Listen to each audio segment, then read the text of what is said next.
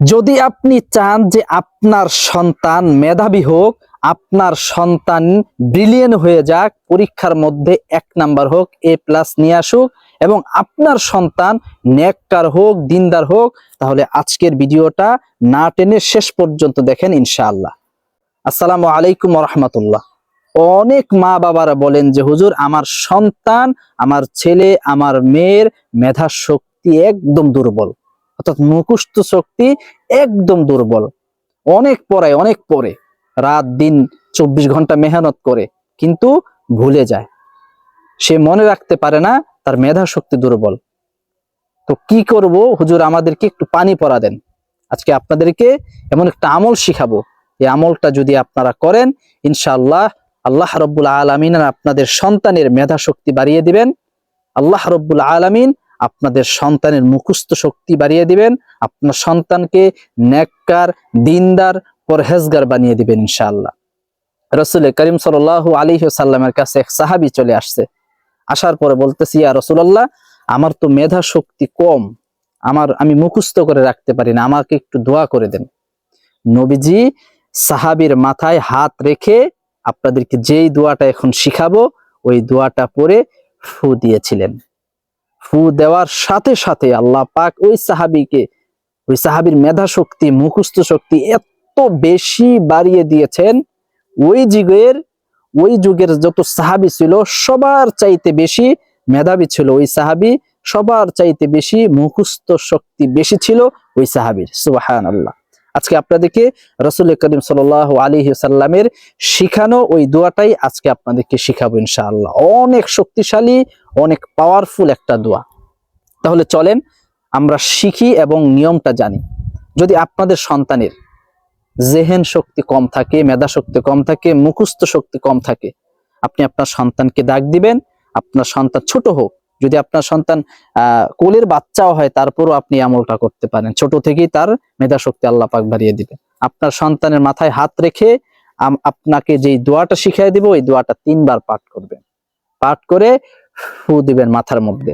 ইনশাআল্লাহ আল্লাহ পাক আপনার সন্তানের জেহেন শক্তি, মেধা শক্তি, মুখস্থ শক্তি বাড়িয়ে দিবেন। সাথে সাথে আপনার সন্তানকে আল্লাহ পাক নেককার, দিনদার, পরহেজগার হিসেবে কবুল করবেন ইনশাআল্লাহ। তো সম্মানিত ভাই ও বোনেরা, সম্মানিত মা ও বাবারা, আপনারা এই আমলটা করেন। আপনাদের সন্তানের মাথায় হাত রেখে আপনারা এই দোয়াটা পড়ে 3 বার পাঠ করে ফু দিয়ে দিবেন। চলেন আমরা দোয়াটা শিখে আসি। দোয়াটা হচ্ছে, মনোযোগ দিয়ে শুনবেন, আমি 2 বার বলে দিব। একবার আমি রিডিং বলবো, আর একবার ভেঙে ভেঙে বলবো আপনাদের বুঝার সুবিধার্থে। আল্লাহুম্মা ফাক্কিহহু ফিদ্দীন ওয়া আল্লিমহু তা'ওয়ীল।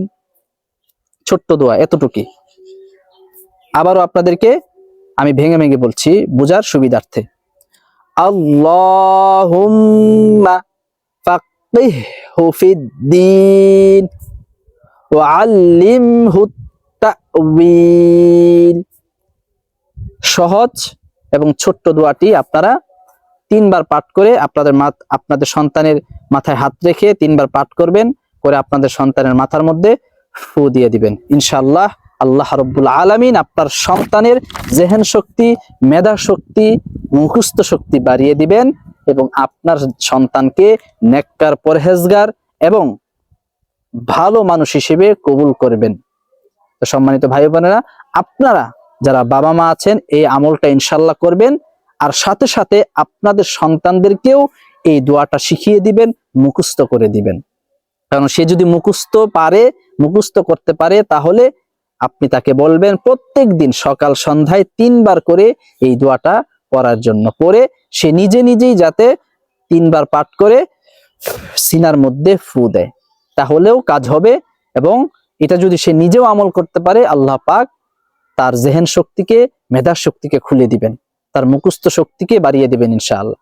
তো সম্মানিত মা ও বোনেরা, যদি আপনাদের সন্তানের জেহেন শক্তি, মেধা শক্তি, মুখস্থ শক্তি বাড়াইতে চান, যদি আপনাদের সন্তানকে নেককার, দিনদার এবং পরহেজগার বানাইতে চান, তাহলে অবশ্যই আপনি আজকের এই আমলটা করেন। আজকের এই দোয়াটা মুখস্থ করে আপনাদের সন্তানের উপর প্রয়োগ করেন ইনশাআল্লাহ।